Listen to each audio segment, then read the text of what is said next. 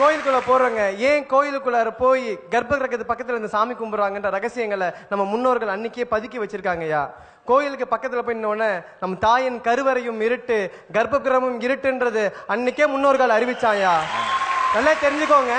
கோயிலுக்குள்ள போய் சாமி கும்பிட்டுட்டு வெளியே வந்தா நமக்கு மனசு நிம்மதியா இருக்குன்னு சொல்றோமே, அதுக்கு பின்னாடி அறிவியல் ஒளிஞ்சிருக்குன்றது எத்தனை பேருக்கா தெரியும்?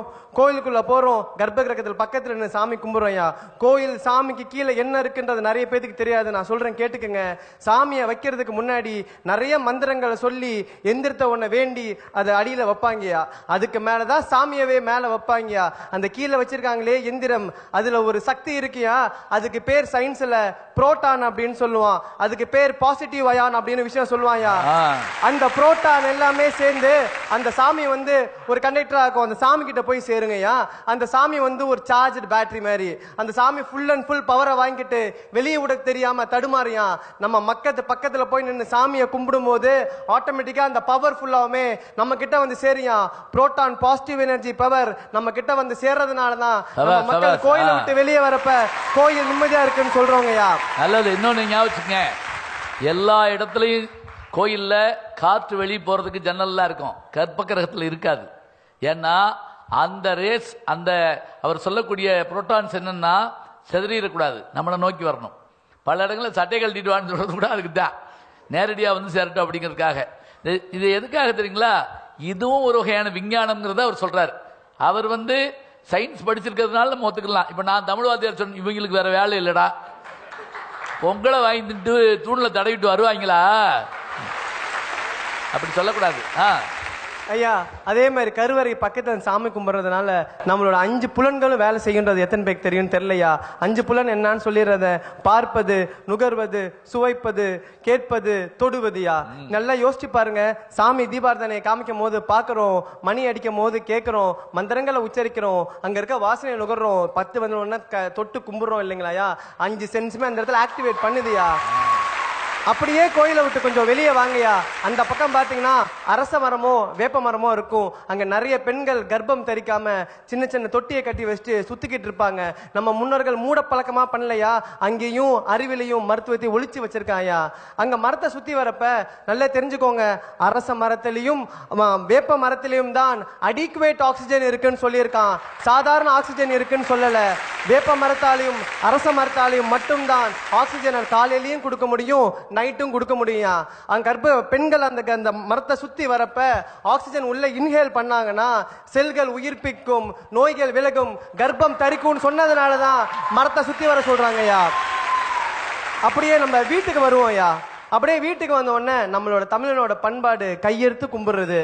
இது நிறைய பேர் தெரியும். ஆனா கையெடுத்து கும்பிட்றான், பக்கத்து வீட்லயும் கும்பிட்றான், நானும் கும்பிட்றேன், அவனும் கும்பிட்றான், நானும் கும்பிட்றேன் சொன்னேன் ஒழிய கையெடுத்துக்கு கும்பிடுறதுக்கு பின்னாடி அறிவியலும் மருத்துவம் எத்தனை தெரியும் தெரியல. நான் சொல்றேன், கையெடுத்து கும்பிட்டோம்னா இந்த கையில நுனியில் இருக்கிறது அக்கு பிரஷர் பாயிண்ட்யா. இந்த கையில நுனிக்கு அக்கு பிரஷர் பாயிண்ட். இந்த 10 விரலையும் ஒன்னு சேர்க்கும் போது காது, கண்ணு, மூளை ஒரே நேரத்தில் ரத்தம் அதிகமா பாயும். அதனாலதான் நம்ம ஆட்கள் அன்னைக்கே கண்டுபிடிச்சான் கையெடுத்து கும்பிடணும்னு சொல்லிட்டியா. அப்படியே அழகா வீட்டுக்குள்ள வராங்க. வீட்டுக்குள்ள வந்த உடனே நம்ம ஆட்கள் நிறைய சொம்பு தண்ணி கொடுத்து சாப்பாடு வைப்பாங்க, விருந்தோம்பல்னு சொல்லுவோம். நல்லா யோசிச்சு பாருங்க. ஃபாரின்ல போனோம் அப்படின்னா வந்து விருந்தோம்பல் வந்துட்டு நின்றுட்டு சாப்பிடுவாங்க, படுத்துக்கிட்டு சாப்பிடுவாங்க, எப்படி வேணாலும் சாப்பிடுவாங்க. ஆனா நம்ம மக்கள் மட்டும்தான் தரையில் உட்கார்ந்து சம்மணங்கால் போட்டுட்டு சாப்பிடுவாங்க. அதுக்கு பின்னாடி ஒரு மருத்துவ குணம் இருக்குன்னு எத்தனை பேருக்கு தெரியும்? ஒன்னே ஒண்ணு தெரிஞ்சுக்கோங்க, அந்த மருத்துவ ஹிரண்யா அப்படின்ற ஒரு நோய் எத்தனை பேர் கேள்விப்பட்டீங்கன்னு தெரியல. ஹிரண்யா, அது பேர் குடல் இறக்கம் அப்படின்னு சொல்லுவாங்க. நம்ம ஆட்கள் நின்றுட்டு இருக்கப்ப தலையில இருந்து கால் கீழே வரைக்கும் ரத்தம் பாயா. நம்ம எப்ப சப்பனங்கால் போட்டு உட்கார்றோமோ தலையில இருந்து வயிறு வரைக்கும் தான் அதிகமான ரத்தம் பாயும்.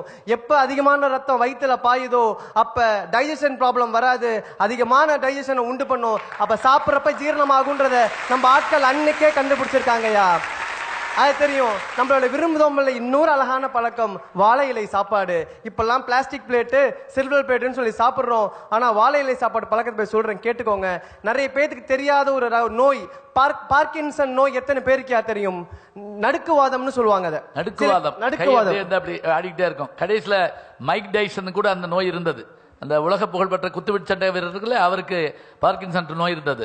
அந்த பார்க்கின்சன் நோய் தீர்க்கக்கூடிய சக்தி வாழை இலைக்கு உண்டு. கேன்சரை எதிர்த்து போராடக்கூடிய சக்தி வாழை இலைக்கு உண்டுன்னு கண்டுபிடிச்சதுனாலதான் வாழை இலையில சாப்பிடணும்னு சொல்றான். அதே மாதிரி ஒரு தட்டை கழுவணும்னா, பிளாஸ்டிக் பிளேட்டை கழுவணும்னா நமக்கு கெமிக்கல் தேவை. வாழை இலை கழுவுறதுக்கு எந்த கெமிக்கல் நம்ம ஆட்கள் யூஸ் பண்ணது இல்லையா? தண்ணியை தெளிச்சு கழுவி விட்டாவே வாழை இலை சுத்தமாவியா? இன்னொரு ரகசியம், வாழை இலை வாட்டர் ப்ரூஃபியா? அழகா இது ஒரு ரகசியத்தை வச்சிருக்கா. அடுத்தது சாப்பாட்டுக்கு வரையா.